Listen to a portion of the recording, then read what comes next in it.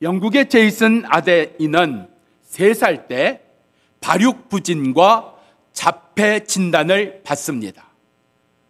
11세가 될 때, 11세가 될 때까지 그는 말하는 법을 몰라서 수화로 통역해야 했습니다. 18살까지도 글을 쓰지도 읽을 줄도 모르는 문맹이었습니다.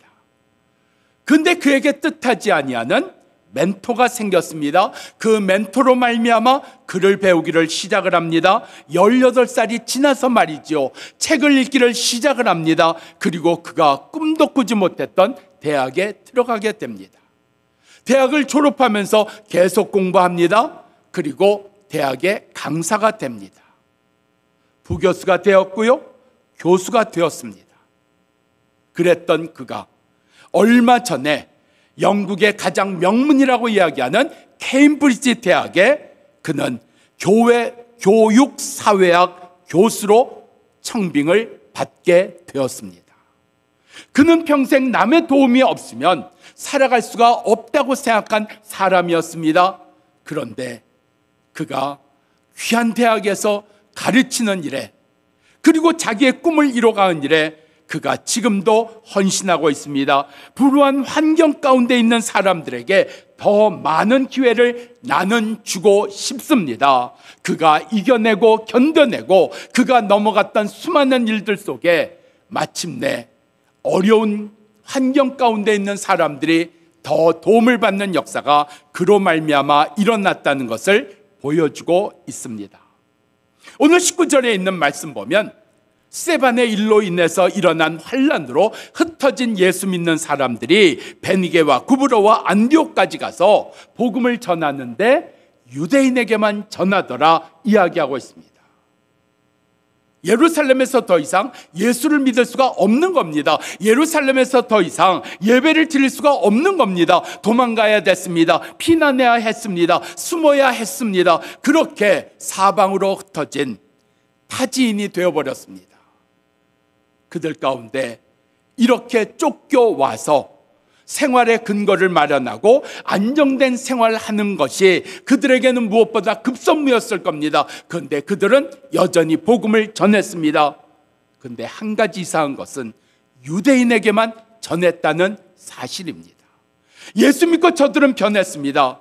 예수가 없이는 살 수 있는 사람이 아무도 없다. 예수로 말미암아 구원을 받아야 그들 가운데 새 인생이 시작된다. 하나님의 자녀가 된다. 죄사함을 받는다 하는 이것을 그들은 간절함으로, 그리고 믿지 않는 이들을 긍휼히 여김으로 그들은 찾아갔습니다.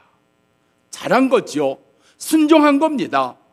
그런데 저들은 이전에, 과거에 유대인은 유대인에게만, 어떤 경우에도 이방인과 상종하지 아니하고 상대하지 아니하고 이방인과 나누지 아니한다는 이 과거가 예수 믿었음에도 불구하고, 예수를 전함에도 불구하고 여전히 그들 가운데 남아 있었습니다. 그들의 과거는 변하지 않았습니다.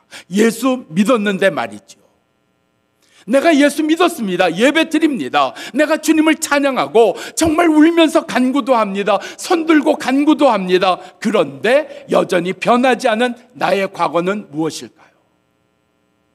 나의 삶 가운데 예수 믿었다는 것은 모든 것이 변하는 겁니다. 모든 것이 변하는 겁니다.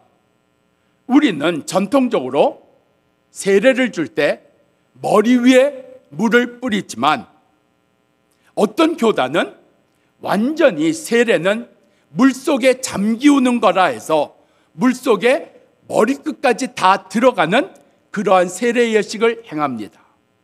미국에서 어느 교회 세례를 주는 날, 그가 양복을 벗고 세례복을 입고 이제 세례를 받기 위해서 물속에 들어간 순간 잠깐이요 하면서 뒷주머니에서 지갑을 꺼내 놓습니다. 그때 목사님이 이렇게 말씀하셨습니다. 당신의 지갑도 거듭나야 합니다. OECD 국가 가운데서 모든 나라들이 가족을 최고의 가치로 여기는데 유독 대한민국만 돈을 최고의 가치로 여깁니다. 그것이 예수 믿는 우리에게도 영향을 준 건가요? 아직도 내가 바뀌지 못하고 변화되지 못한 것이 물질인가요? 그래서 다른 것은 다 예수의 말씀대로 내가 순종하며 따르지만 물질에 대해서는 여전히 나는 내 생각대로, 내 계산한 것대로, 내 뜻대로 행하고 있는 것 아닙니까? 여전히 과거가 변하지 않은 것을 이야기합니다. 우리 속에 변하지 않은 과거 말입니다. 변하지 않은 과거 말입니다. 오늘 그것을 우리 가운데 보여주고 계십니다. 이 변하지 않은 과거를 보게 하시는 겁니다. 은혜입니다. 하나님의 역사라는 이야기입니다. 오늘 8시 예배 그리고 10시 예배 간증한 청년들이 공통적으로 간증한 게 뭔지 아세요? 바로 사람에 대한 미움입니다. 같은 교회를 다녀요. 같이 예배를 드려요. 같이 주님의 말씀대로 봉사하고 수고하는데 여전히 미운 사람은 미운 겁니다. 같이 예배 드리는데요, 기도하는데요, 봉사하는데요. 그런데 그 마지막 날 저녁에 성령께서 역사하신 겁니다. 너의 마음에 미워하는 자에 대하여 담을 쌓고 사는 자에 너는 다가갈지어다. 너는 미안하고 말할지어다. 너는 그들과 함께 기도할지어다. 그들과 묶인 것을 풀지어다. 너의 과거가 변할지어다. 그들은 성령의 말씀에 순종하였습니다. 그 밤에 저들은 4시간 반이라는 긴 시간 동안 저들은 무릎 꿇고 기도했습니다. 손 들고 기도했습니다. 하나님을 찬양했습니다. 우리 삶 속에 여전히 예수 따르지 않는 부분은 어디일까요? 사도행전 10장을 보면 예수님의 수제자라고 얘기하는 베드로가 유대인에게만 복음을 전합니다. 이방인 절대 싫습니다. 절대 안 갑니다. 그런 베드로에게 성령의 역사가 3번 임한 후에야 강권적으로 베드로가 이방인 고넬료에게 찾아갑니다. 그래도 말씀 전할 생각이 없었습니다. 세례 줄 생각 없었습니다. 그런데 성령께서 베드로에게 임하심으로 말미암아 베드로가 이방인에게 세례를 주고 복음을 전합니다. 오늘 우리 속에 말씀 가운데 성령의 역사가 임하기를 축원합니다. 정말 주님께서 내 마음에 세상 말로 비수와 같이 꽂히는 그러한 역사를 주셔서 나의 변하지 않은 과거, 여전히 나는 과거로 인해서, 여전히 나는 지난날로 인해서, 여전히 나는 나 중심으로 인해서 살아간다고 하는 그 과거를 보게 하시고 거기에서 떠나게 하시고 회개케 하시는 역사가 우리들 가운데 이루어지기를 축원합니다. 나는 나의 모든 것이 예수를 따릅니까? 아니면 여전히 나의 과거는 예수를 따르는 것이 아니라 나를 따르고 있는 것입니까? 보여주시는 것이 은혜입니다. 듣게 하시는 것이 은혜입니다. 회개하는 것이 은혜입니다. 기억하세요. 죄 많은 자가 회개하는 게 아니라 하나님의 은혜 받은 자가 회개하는 겁니다. 죄를 알아도 회개가 안 나옵니다. 죄가 보여도 회개가 안 됩니다. 하나님의 은혜가 없이는 말이죠. 그래서 은혜가 많을수록 회개가 많은 겁니다. 죄가 많아서가 아닙니다. 은혜가 넘쳐서입니다. 우리의 집사님 가운데 벌써 몇 년 전부터, 5년 됐나요? 6년 전부터 우리 교회 다음 세대를 위해서 교회가 어떤 특별한 그런 행사들을 위해서 꾸준하게 헌금해 주셨던, 특별 헌금을 해 주셨던 집사님이 계셨어요. 그래서 우리가 다음 세대 아이들 위해서 영화를 보여준다든지 그들에게 책을 사준다든지 그들에게 특별한 그런 경험을 하게 해준다든지 하는 일들에 대하여 언제나 헌신해 주셨습니다. 이번에 교회가 특별한 행사 성도들에게 이야기한 거 아닙니다. 우리가 여러분의 헌금으로 작은 교회들의 난방비를 섬기겠습니다. 그리고 식사를 잘 대접하겠습니다. 충분하지 않을까요? 근데 집사님 찾아오셨어요. 목사님, 혹시 작은 교회 목회자들에게 무선 청소기를 드리면 어떨까요? 아, 좋지요. 좋습니다. 무선 청소기라는 게 간단하게 그렇게 준비할 수 있는 게 아니잖아요. 제가 30대를 기증하겠습니다. 작은 교회 목회자들에게 지난 화요일 날 나누어 드렸습니다. 그분들 가운데 우리는 이런 청소기 쓸 수 있다는 생각을 할 수도 없는 그런 분들에게 이런 선물이 생겼다는 것, 은혜였습니다. 감동이었습니다. 감격이었습니다. 이렇게 무선 청소기를 받았다는 이야기를 들고 요즘에는 옛날과 달라서 내가 받은 것을 여러분 이렇게 앱에다가 이렇게 찍어보면 그걸 어디서 팔고 얼마에 팔고 하는 게 다 나오잖아요. 그래서 옛날에는 정성으로 준비해서 드렸으면 참 기쁘게 받았는데 요즘엔 찍어보고 또 실망하는 분들이 있어요. 이거 2월 상품이네, 이거 뭐 세일 상품이네부터 시작해서 아니 이거 별거 아니네. 근데 목사님들도 찍어보신 모양이에요. 보랄 제품이 얼만가 하고 찍어봤더니 나오는 거예요. 가격이 나오는 거예요. 그 가격 보고 또 놀라신 거예요. 여러분, 우리 삶 속에 오늘 내 과거가 변하지 않은 것 가운데 가장 대표적인 게 두 가지가 있습니다. 사람의 관계고 또 하나는 돈입니다. 물질입니다. 보게 하시는 게 기회입니다. 은혜입니다.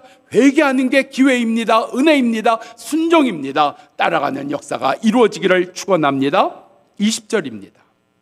그 중에 구브로와 구레네 몇 사람이 안디옥에 이르러 헬라인에게도 주 예수를 전하더라. 유대인들은 흩어져서 유대인 그리스도인들은 여전히 유대인들에게 복음을 전했는데 이방인들 가운데 이방인 헬라인에게 복음을 전하는 역사가 일어났다는 이야기입니다. 여러분, 지금까지 복음은 유대인에게만 전하여졌습니다. 그런데 이 복음이 유대인을 넘어서 이방인에게 전해지는 역사가 일어났다는 겁니다. 예수님 유대인이셨습니다. 그런데 예수님 사도행전 1장 8절에서 말씀하시기를 너희는 예루살렘에서 유대로 그리고 너희가 그렇게 미워하는 사마리아인에게도 이방인인 땅끝에게도 증인이 되어야 된다 말씀하셨습니다. 이 말씀이 뭡니까? 경계를 넘어가라는 이야기입니다. 우리 모두는 다 경계를 가지고 살아갑니다. 우리 모두는 다 한계를 가지고 살아갑니다. 나는 여기까지만, 나는 여기서만, 나는 이것으로만, 나는 여기에서만 나름대로 그것을 정해놓고 넘어가려고 하지가 않습니다. 저희 둘째가 미국에서 태어났고 한국에 중학교 때 왔습니다. 아마 중학교 3학년인가요? 2학년 때 저희 부부가 밖에서 이야기하다가 흑인에 대해서 좀 우리가 좀 낮춰서 좀 이렇게 얘기하는 것이 아들에게 들렸나 봐요. 아들이 방에서 그야말로 뛰어나오면서 엄마 아빠 그러는 거 아니야. 흑인을 그렇게 얘기하는 거 아니야. 목사인데요. 아니 예수 믿는 사람인데요. 우리 가운데 다 경계가 있습니다.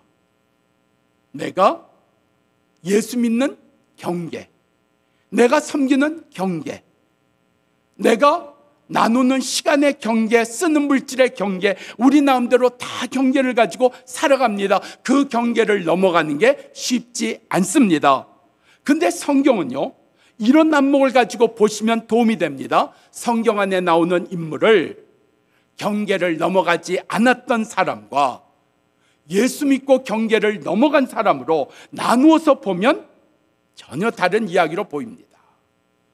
하나님 앞에 예배를 드리면서도 내가 예수 믿고 구원을 받았으면서도 여전히 경계 안에서 살아가는 인생. 그런데 과감하게 그 경계를 뛰어넘어서 그 한계를 넘어서 살아가는 역사를 만드는 사람들 우리 가운데 보여주고 계십니다. 이번 진학과 진급을 위한 특별 새벽 기도회 가운데 우리 학생들에게 있었던 몇 가지 귀한 역사들이 있었습니다. 초등학교 2학년 남자아이가 용인에서부터 나왔어요. 용인은 물론 한 번 나왔습니다. 자기가 안수기도 받는 날 부모님과 함께 나왔습니다. 그 한 번 나온 게 뭐 대단하냐? 아니 한 번도 나오지 아니한 성도들이 얼마나 많은데 용인에서 나왔습니다. 여러분, 이게 우리 권사님이 그러셨다, 집사님이 그러셨다 하는 예의가 돼야 되는데 초등학교 2학년 아이가, 물론 부모님이 이야기했겠죠, 나왔습니다. 또 초등학교 3학년 여자아이는요, 자기 친구들을 데려다가 집에서 재웁니다. 같이 놉니다. 왜? 우리 다음 날 6시에 우리 교회에서 안수기도를 해주신대. 나하고 같이 가자. 그래서 친구를 데려다가 잘 대접하고 잘 놀아주고, 그리고 친구들과 함께 새벽 6시에 나왔습니다. 그리고 1학년, 3학년 우리 형제는 이번 새벽 기도에 일주일 다 개근했습니다. 별거 아니라고요? 해보셨어요? 그렇게 다른 분들을 집에 모셔서 여러분들이 함께 교회에 오는 일 해보셨냐고요? 여러분, 우리의 다음 세대가 잘 된다, 박수치고 우리가 협력하고 우리가 기도해 주는 일, 그런데 아세요? 지금 어떻게 됐는지 아세요? 역사가 다음 세대 가운데서 일어나고 있다는 사실입니다. 세상 말로 얘기하면, 부흥사님들 얘기로 말하면 우리는 오래 믿었지만 묵은 닭이 돼버린 거예요. 알을 낳지 않는 닭이 돼버린 거예요. 다음 세대, 우리가 저들을 위해서 기도 많이 했고 투자도 했고 애도 썼습니다. 그래서 귀한 역사들이 일어나고 있다는 이야기입니다. 그런데 정작 우리에게 역사가 있습니까? 여전히 우리는 한계 속에서, 우리는 경계 속에서, 그 안에서 여전히 내가 이전에 신앙생활 하던 대로 그대로 살아가는 것은 아닐까요? 이번 사순절 동안 부흥사경회 합니다. 이번엔 우리 교회가 처음으로 교수님을 모셨습니다. 저녁만 합니다. 또 한 번만 나오고 끝내실 겁니까? 또 옛날처럼 한 번만 얼굴 비치고 말 것입니까? 또 옛날처럼 말씀만 듣고 좋다고, 귀하다고, 그리고 끝나실 겁니까? 우리 속에 경계가 있습니다. 이 경계를 오늘 보여주셨습니다. 나의 경계가 무엇인지요? 오늘 우리 속에 이 경계를 넘어갈 줄 아는, 이 한계를 뛰어넘는 역사가 오늘 우리의 믿음 생활 가운데 이루어지기를 바랍니다. 22절 이하입니다. 예루살렘 교회가 이 소문을 듣고 바나바를 보냈다 그랬어요. 자, 이 바나바를 보낸 게 중요합니다. 누구를 보내느냐, 누구를 선택하느냐 하는 게 중요하다는 이야기입니다. 후배 목사님들에게 강의를 할 때 그런 얘기를 해요. 안수집사, 권사, 장로님 뽑을 때 정말 차라리 안 뽑는 게 100배 낫다. 뽑은 다음에 어떻게 못한다. 안 나오는데 어떻게 할 거냐. 안 하는데 어떻게 할 거냐. 봉사 안 하고 전도도 안 하고 예배도 안 나오고 어떻게 할 거냐. 이 핑계 저 핑계 대서 빠져나가는데 어떻게 할 거냐.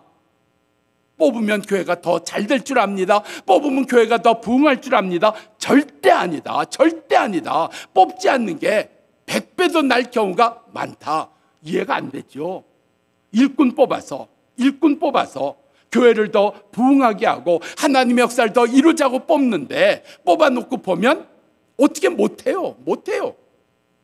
그냥 70세까지 가는 거예요.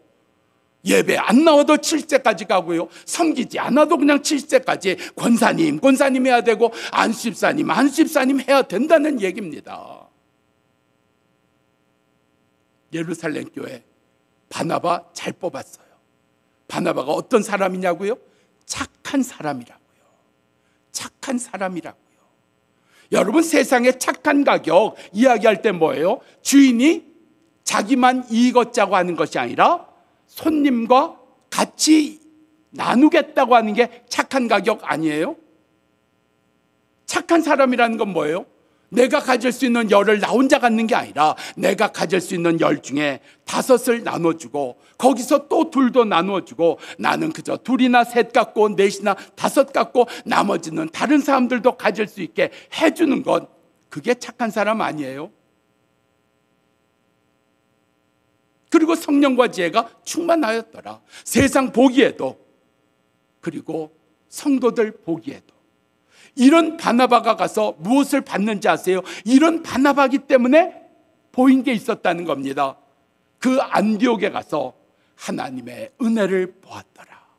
저들이 예수 믿은 것은 저들의 힘이 아니라 하나님의 뜻이었더라. 하나님의 역사였더라. 이 하나님의 은혜가 보였다 그랬습니다. 당신에게는 무엇이 보입니까?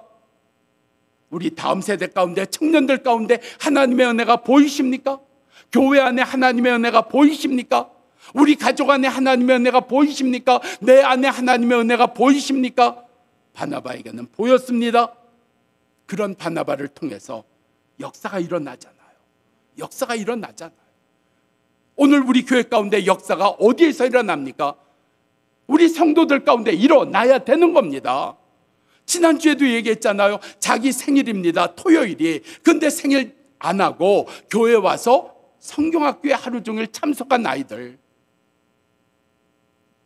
우리 속에 나는 무엇을 보고 사는가? 무엇을 보고 사는가? 나는 내게 무엇이 보이나요? 우리 가운데 이 보이는 것, 아무 것이나 보이지 아니하고 이 보이는 것이 달라지는 이 하나님의 은혜 누리는 자 되기를 축원합니다. 24절이에요. 큰 무리가 죽게 더하더라. 이걸로 끝이 아니고요. 그 다음에 사족과 같이 붙여진 이야기가 나옵니다. 바나바가 세상 말로 얘기하면 뜬금없이 다소로 내려가서 다메섹에서 예수 만난 사울을 데리고 올라와 그 사울과 함께 안디옥에서 1년을 성도들을 가르칩니다. 안 해도 되는 일입니다. 바나바 많은 사람에게도 영향을 미쳤습니다. 그런데 한 사람을 귀하게 여겼습니다. 한 사람을 긍휼히 여겼습니다. 이 한 사람을 위해서 자기의 명예도요, 자기의 시간도요, 모든 건 내놓을 줄 아는 사람이었습니다. 한국교회에 위대한 설교자들 많이 있었습니다. 큰 교회를 이루고 많은 성도들에게 복음을 전한 분들도 많았습니다. 그런데 그러한 분들과 다르게 정말 작은 사람들에게, 적은 사람들에게, 아니 한 사람에게 그렇게 집중하였고 그분들을 위해서 살아갔던 목사님도 많습니다. 그 중에 한 분이 황광은 목사님이라는 분입니다. 16살 때 그가 남쪽으로 내려와서 멀쩡한데 고아원에 들어가 삽니다. 고아들과 함께 삽니다. 고아들에게 형이라고 오빠라고 불림 받으면서 그들을 낮에는 챙겨주고 그들과 함께 놀아주고 그들에게 글을 가르쳐주고 그리고 저녁에 그가 학교에 다니면서 중학교, 고등학교 과정을 마칩니다. 그리고 하나님의 부르심을 받아 신학교를 갑니다. 6.25 전쟁 때는 그가 많은 고아들을 위해서 난지도에다가 천막을 치고 그 어려운 사람들, 그 사람들에게 그는 아낌없이 도와주는 일을 감당을 합니다. 이분의 전설과 같은 이야기 가운데 하나가 대광 중고등학교 교목을 1년 하셨는데 그 1년 하면서 이분은 자기의 제자들이 4.19로 우리도 나가서 이 민족 이 나라를 바꿔야겠습니다 하고 뛰쳐나갈 때 스승인 내가 보고만 있을 것이냐, 이들이 하는 일이 기도하고 하나님의 부르심이라면, 그리고 앞장서서 학생들 앞장서서 먼저 나가셨습니다.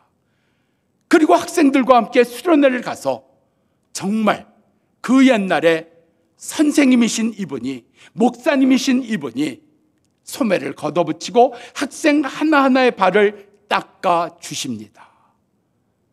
그리고 역사가 일어납니다. 우리 속에 큰일 해야 됩니다. 거기에 머물지 마시고 한 사람을 위한 작은 적은 무리들을 향한 그 수고도 아끼지 아니하는 역사가 오늘 우리들 가운데 이루어지기를 축원합니다.